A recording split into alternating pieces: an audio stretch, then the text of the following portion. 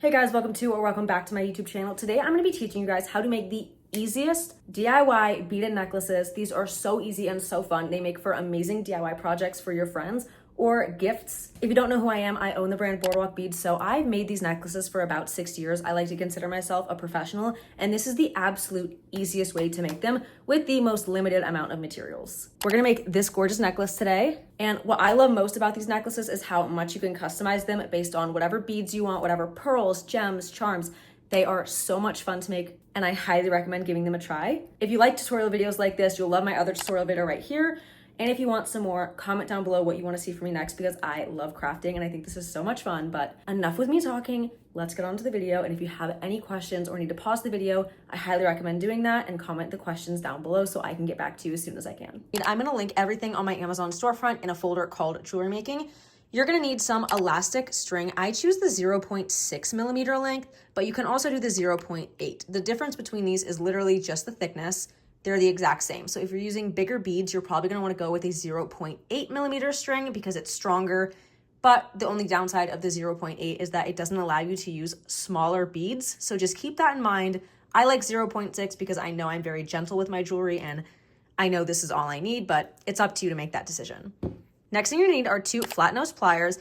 I like these ones. They're also from Amazon. I think they're great. You can also use really any form of pliers, something to squish the crimp beads down, which you will see in a few minutes. Next, you're just gonna need some basic scissors. The biggest thing you are going to need, I have in this little case right here, are these beads right here. These are called crimp beads, and I'll show you how to use them obviously later in this tutorial, but you can find them at Michael's, Amazon, literally anywhere. I have them in both gold and silver, and it does not matter, it just depends on what you want. You're also going to need lobster clasps. These are super cheap and you can buy them in bulk. They're awesome. So they look like this. And then the last thing you are going to need for the actual jewelry making part are these extender chains. Now, if you don't want to use an extender chain, you can also use a singular jump ring, but these will go at the end of the necklace that actually make it like you can pick sizes on them. So you'll see how this all plays in a few minutes. Obviously going to need any beads of the sort. I'm using these gold beads right here because I want to do a golden necklace, but I'm also going to make one with seed beads. These are probably the easiest beads to use. They are super cheap. I love to get mine from Hobby Lobby, but again, you can also get them from Amazon,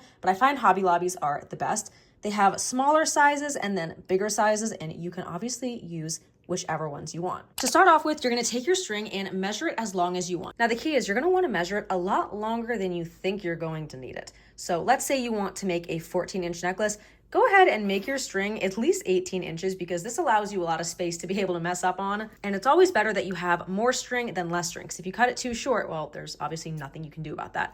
So I'm gonna go ahead and cut a giant chunk of string. Like you guys can see this, it is huge. Lot of string. Now the part where you're gonna wanna listen and pay attention to is this part right here. So having 2 crimp beads in my hand, I like to sandwich them between my fingers like this so it gives me a better angle to get the string on. You're going to slide 2 crimp beads onto the end of your string. And this is literally the first step, so make sure you're doing this before anything else. Next, you're going to take your lobster clasp and slide that on right on the end. So your string should look like this. You've got 2 crimp beads and then your little lobster clasp. It's all going through the hole. So I like to switch my hand at this point now, and my dominant hand is my right hand. Looking like that with your 2 crimp beads and your lobster clasp, you're going to string the end of the string back through the crimp beads. So now the string is wrapping around the lobster clasp and back through those crimp beads, and you can just pull those up to the end. Now I'm gonna do it one more time to show you guys because I know it's kind of hard to grasp, I think, the first time you do it. So got your crimp beads, your lobster clasps. The end of your string is going to loop right back through those crimp beads. It's not gonna loop back through the lobster clasp.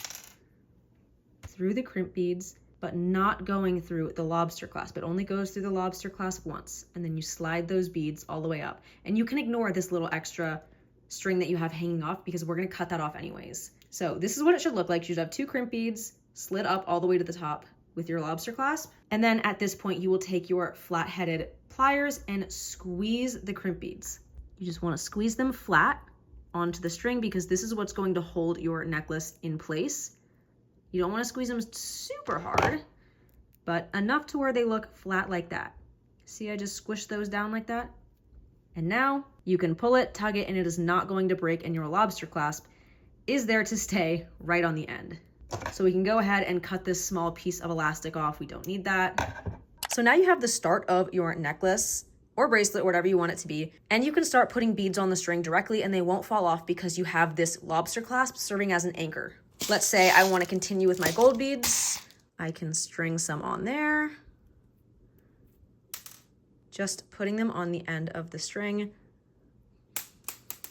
So as I string these beads on and let them fall to the end, you can see that they're not falling off the string because you have this lobster clasp to obviously hold them in place. So this is gonna make your bracelet making or necklace making so much easier because now all you have to worry about is beading. So let's go ahead and bead the rest of this necklace and then I'll hop back in and show you guys how to finish off the necklace to actually make it a functioning necklace or bracelet. I'm gonna get my ruler out because I want my necklace to be 14 inches, which is the perfect size for a choker.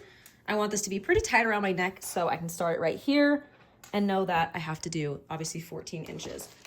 I have these pearls from Hobby Lobby. I also want to do a few pearls in the mix. I think I'll just do one in the center. So since I'm gonna do a pearl in the center, I will put the pearl at 7 inches because that is halfway through 14. Now I'm just going to string a bunch of gold beads on and I'll be back in a few minutes.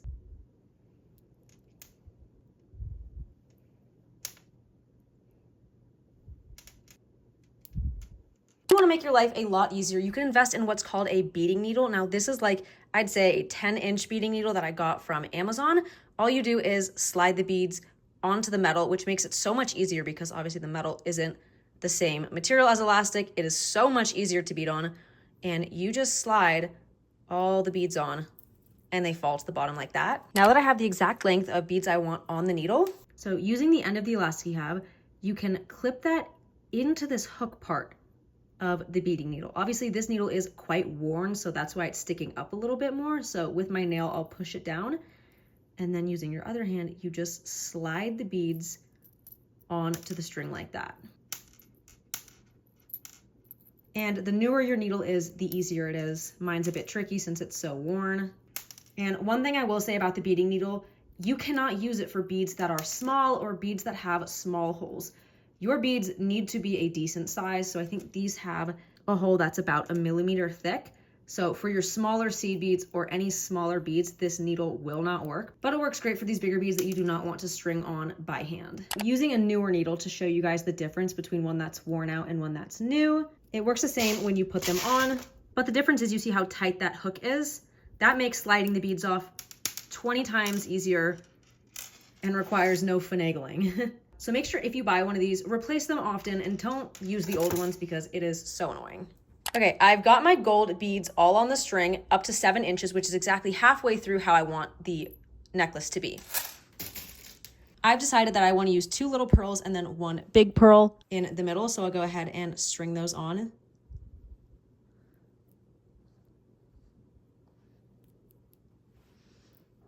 So that's what the center of my necklace will look like. And then I can just go off by finishing another 7 inches of gold beads, which I'll go do off camera, and then we can meet back together and wrap up this necklace. Okay, so now you can see we have an even necklace with 7 inches on each side. So let's go ahead and finish the ends of this off. Now, this is the part where you're going to need 2 more crimp beads and 1 of these extender chains. Obviously, in the case of this necklace, it would make a little more sense to do these hardware pieces in gold, but for the purpose of this tutorial, it doesn't matter, so just ignore that. So just like we did at the start, you're going to put 2 of the crimp beads onto the string, just like that.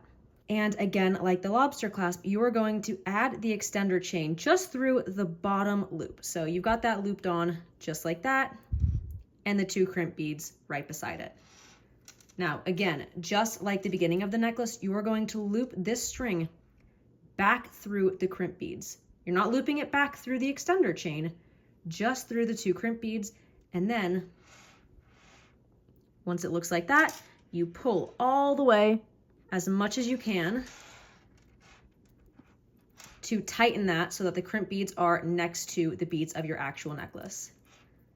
So again, you just pull that string and that will tighten it.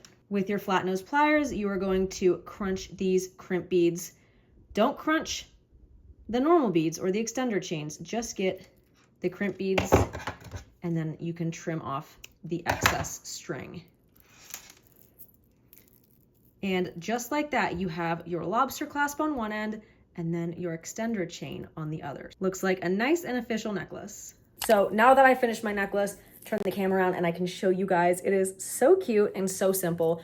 I love it. And these are so easy to customize and make for friends. You can make them any different lengths if you want them to be longer, shorter. I think 14 inches for me is a good length, but if I wanted it to be a choker, I would make it probably about 13 inches. This is the necklace that we just made together on my neck. I think it is so pretty and I love the pearls on the inside. These are generally the easiest gifts to make for friends. They're such a fun craft. And this whole necklace probably took me only about 10 minutes. They are so fast and so fun. And the beads are really inexpensive, which is the part that I love, especially doing these with seed beads and other beads like that. And it's really easy to add charms on if you wanted to do a charm necklace like the one down here. But if you guys have any questions, let me know down below. I've been making jewelry for about 6 years with my business, so I've done this literally millions of times. So if you have any questions or if you're confused and need some clarification, comment down below. I'm always responding to comments on my page, so I will get you guys right. And if you're not subscribed, make sure to go ahead and hit that button because it is completely free to you.